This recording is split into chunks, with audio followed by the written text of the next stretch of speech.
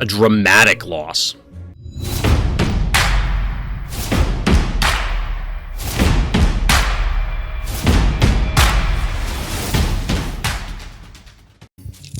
Alright, so we're going to take a look at this game. This was a loss, and I feel like I know which turn it was. I don't know the number, but I think I can identify which turn it happened on.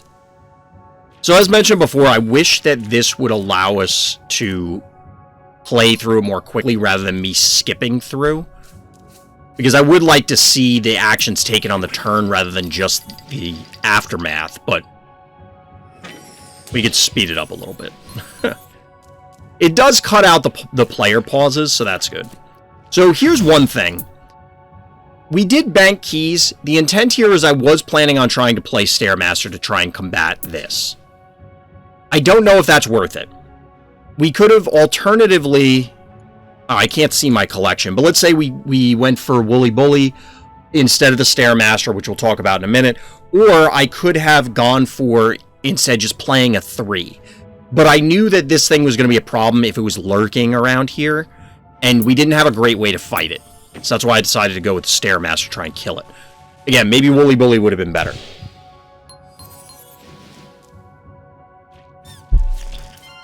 So we meatball here. At this point, we knew the Murderfly was toast. If we had retreated it on the previous turn, which may have been a mistake anyway, if we had pulled it back and just not engaged in this, we might have been able to preserve it, which probably was necessary. Now, at this stage, we left this thing with 900 health. Here's one of the problems. We end up having to pull out a jar in order to try and take it down. It would have been better if we could have banked some keys or maybe summoned something else. Maybe the jar is okay, but it felt like we had to invest a bunch of resources because we end up losing the cat very soon, as well as the Murderfly, so essentially we're trading evenly on keys. Their 4-cost guy here for our cat at 1 and then Murderfly at 3. The problem is, on top of those issues, the Stairmaster is now somewhat out of position.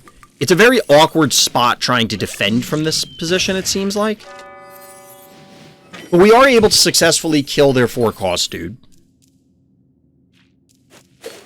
We're in an okay position at this point. We obviously have all the points.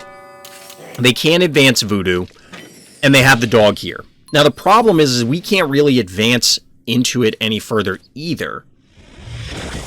Putting Stairmaster here to get the pot shot on the dog felt like it was okay, but we couldn't advance the jar because if we did, it was at risk of dying.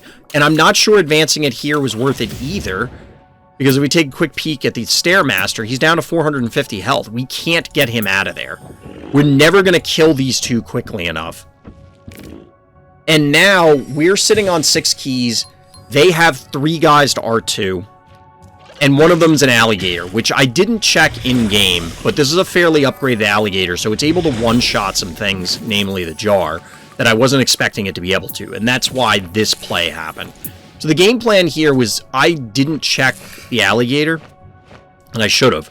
I was expecting it to do less damage than enough to one-shot it.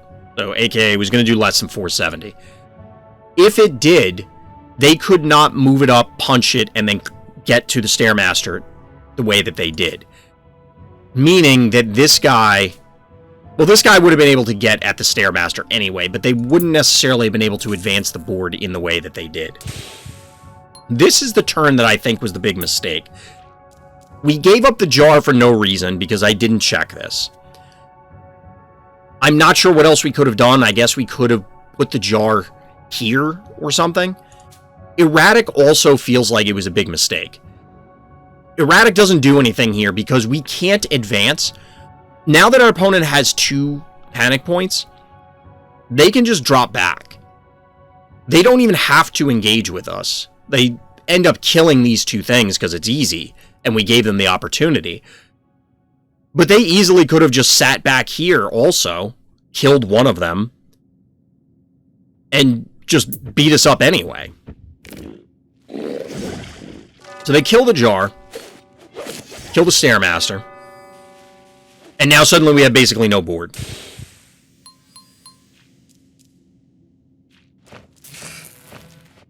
So we end up advancing the erratic because we just kind of have nothing else to do. From here on out, the game is basically over. I don't think we have any effective way to come back in. We don't have our murder fly for easier movement. I don't own any other flying units. One thing we could have done at one point, so instead of, say, getting voodoo, because my original plan was, oh, they have to move this guy up. We'll just hit him twice. But I didn't really look closely at the damage. This erratic is just, he's got crapped on. So if we went for, instead, say, Gravedigger, and blew up one of the obstacles, maybe we'd have some better positioning. This feels like the game was lost on the turn they played Alligator and we chose to go erratic. And basically from here on out, there's not much we can do. I summoned some other stuff, but none of this matters. So in retrospect, I don't know that we wait another turn. So on the turn we summoned erratic, we could have done nothing, banked, gotten our own alligator or a fish tank, which did come to mind, because then we could have the damage to punch through. One thing I do want to check, so ours is, I don't think our erratic, yeah, our erratic didn't take any damage. Theirs had, I want to say more than 1,500 health, right? I want to say it was 1,700, I could be wrong. We're going back a few turns, and then we'll...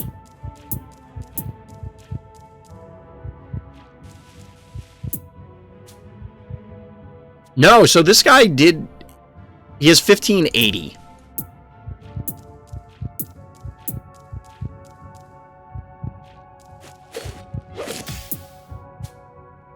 So it is a slightly higher leveled voodoo than what we had, but it doesn't really change what happened. Like, this guy being a higher level did not impact anything.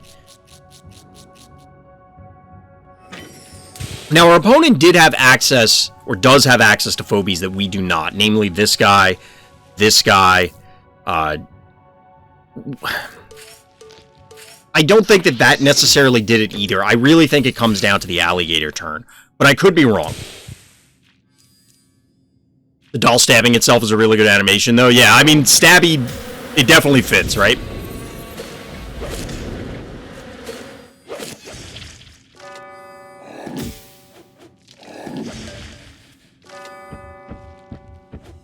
And from here, like I said, the game is basically over. We can kind of fast forward through it. We lose our entire board because of mispositioning that turn, but I said it as the game was live. We were not taking that game. So ultimately, there were definitely mistakes made. I wonder if realistically, the first domino to fall was the early misplays with the murder fly, and then leading into the erratic misplay. So if we don't do the cat, we would have the extra key to play a 7 on the turn that they played the alligator to match 7 for 7. We probably also go alligator, I think. We're still behind at that point, but obviously doing this other line maybe leads to somewhere effective. I'm not sure. That's going to do it for this replay analysis. So as always, everybody, thank you for listening, thank you for watching, and Black Lives Matter.